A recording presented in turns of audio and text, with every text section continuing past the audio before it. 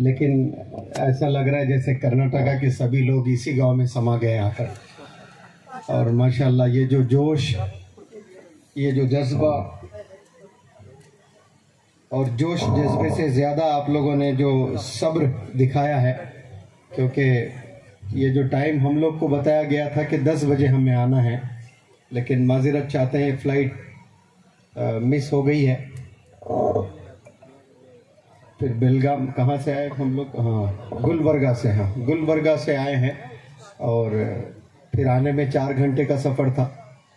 और मुसलसिल 25 तारीख को निकले हम घर से, और ऑल इंडिया टूर, ये कुरानी कंपटीशन मिशन एजुकेशन पर हम लोग की कोशिश है। मौलाना हुज़ैफ़ा साहब, मैं और हमारी टीम है, हम सब लोग मिलकर कश्मीर से लेकर तमिलनाडु का सफ़र, बीच में कई स्टेट्स आए। फिर उसमें माशाल्लाह ये कुरानी कंपटीशन का हिस्सा तो नहीं है ये, लेकिन फिर भी आप लोगों ने ये प्रोग्राम को रखा है। और मैं तो सोचा कि मेरे उस्ताद कहा करते थे कि 1 से 3 के दरमियान में कभी आपको बात करने का मौका मिले तो बात को बहुत मुख्तसर करना, क्योंकि 1 और 3 के दरमियान में खाने का वक्त होता है, और बिलखुसूस मुसलमान कौम है तो और मुख्तसर करना। तो यहाँ तो माशाल्लाह मुसलमानी कौम है और खूब जज्बे वाले लोग हैं, और जिसमें जितना जज्बा होता है उतने ज़्यादा लुक़ में भी लेने की सलाहियत तो लोगों में होती है। बहरहाल कामयाब इंसान को अगर होना है तो कामयाब होने के लिए सिर्फ हाँ जी, वो तो मौलाना हुज़ैफ़ा साहब वगैरह सब बता दिए होंगे सब। अच्छा जी, तो कामयाब होने के लिए बहुत से चीज़ों की ज़रूरत होती है।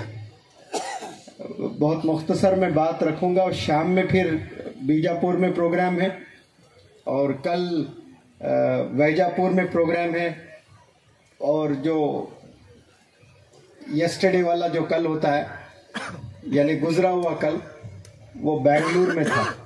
अब बेंगलुरु में इतना अच्छा प्रोग्राम हुआ, फिर उसके बाद जामे मस्जिद गए, जामे मस्जिद में लोगों से मुलाकात हुई। फिर एक किसी ने दावत रखी घर में 100-200 लोग को बुलाकर, अब वो खाना खिलाए, वो हजरत फिर बात करने को बोले हैं। हक अदा करना पड़ता, घर का खाना खाए हैं। तो अच्छा, बीमारी एक मुझ में है कि 2 मिनट बात करो, 2 मिनट के बाद सिफर लगा के 20 मिनट हो जाती है वो। तो इस तरह से रात में 2 बजे तक मजलिसें सजी थी, 2 घंटे सोकर फिर हम निकले हैं। माज़रत, सबको सलाम करता हूँ, आपके जज्बात को देखकर मेरी पूरी थकन चली गई है माशाल्लाह।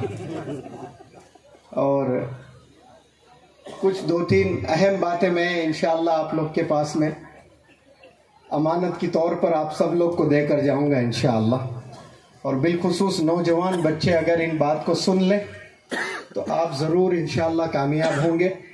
कामयाबी नहीं बल्कि ग्रेट कंट्रीब्यूटर भी आप लोग बनेंगे। मेरी बात रखने से पहले मैं कुछ सवाल आप लोग से करता हूं मैं, कि यहाँ जितने लोग तशरीफ़ फरमा हैं, छोटे बड़े, सबसे मेरा सवाल है, आपने भारत देश को कुछ दिया है, कंट्रीब्यूट किया है, जिससे भारत देश फख्र करे कि आपका कुछ कंट्रीब्यूशन है? ये मेरा सवाल है सबसे। क्या हमने जिस देश में हम सांसें ले रहे हैं, जिस देश का हम पानी पी रहे हैं, जिस देश का फल हम लोग खा रहे हैं, सब्जी हम लोग खा रहे हैं, और ना जाने क्या क्या फायदे हम लोग उठा रहे हैं, इस देश को हमने क्या कुछ दिया है, कंट्रीब्यूट हमने किया है?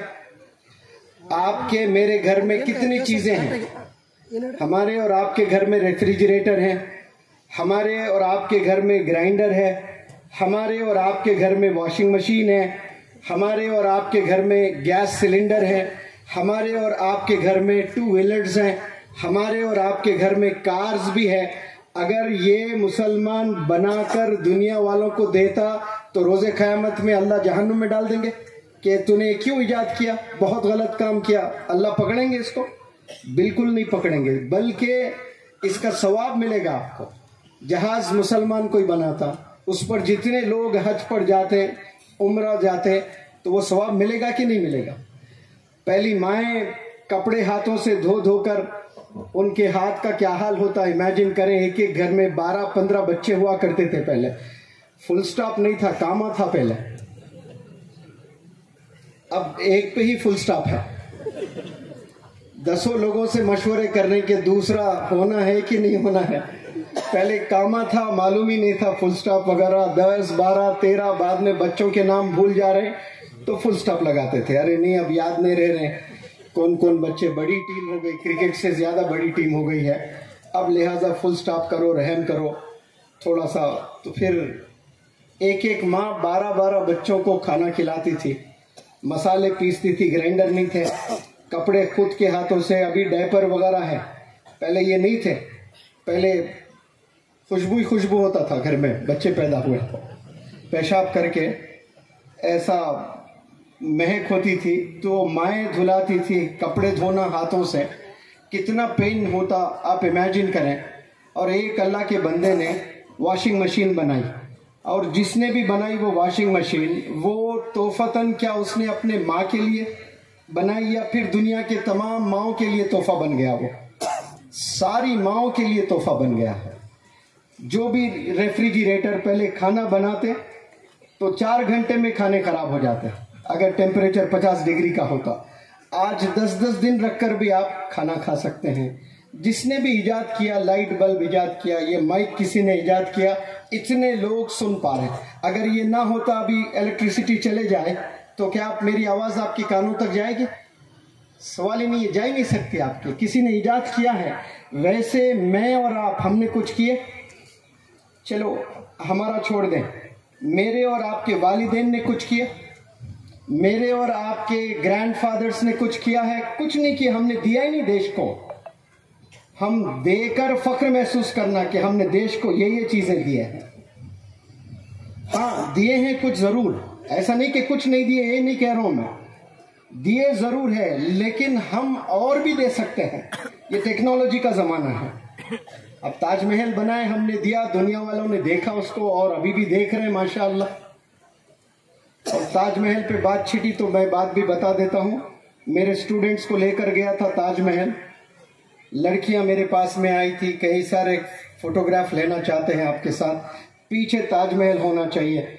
तो मैंने वो लड़कियों से कहा कि आपको पता भी है कि आप लोग ताजमहल से भी ज्यादा खूबसूरत है?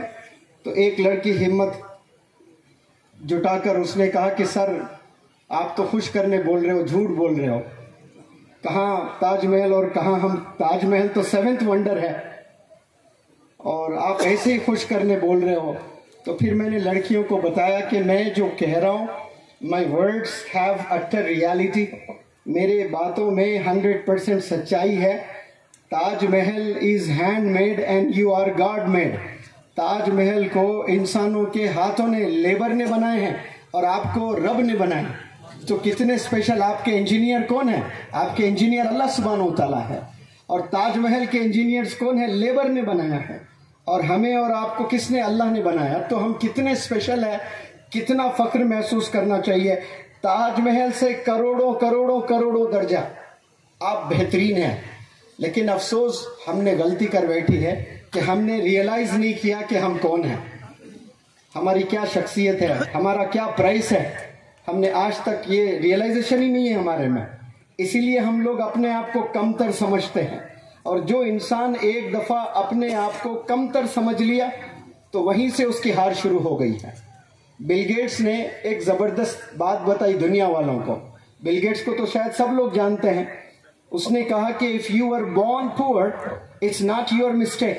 अगर आप गुर्बत में पैदा होते हो, स्लम्स में पैदा होते हो, गरीब घराने में पैदा होते हो, आपकी गलती नहीं है। लेकिन दूसरे लाइन में क्या दम है देखे, वो कहते हैं if you die poor it's your mistake. अगर आप गरीब होकर मरते हो तो ये आपकी गलती है। ये क्यों कह रहा है?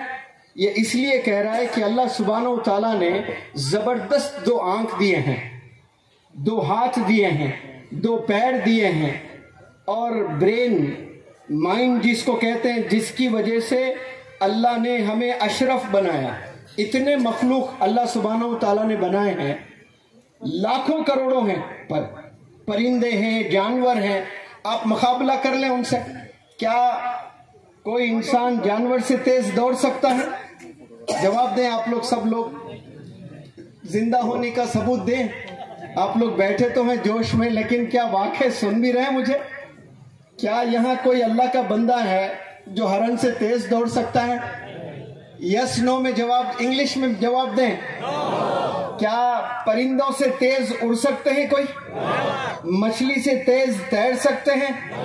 न हम तैरने में आगे हैं, न दौड़ने में आगे हैं, न उड़ने में आगे हैं, फिर भी हमारा रब हमें अशरफुल मखलूकात क्यों कहता है? फिर भी हम स्पेशल क्यों हैं? 2 हाथों की वजह से तो हाथ जानवर कोई भी है, 2 पैरों की वजह से पैर जानवर के भी हैं, 2 आंख की वजह से 2 आंख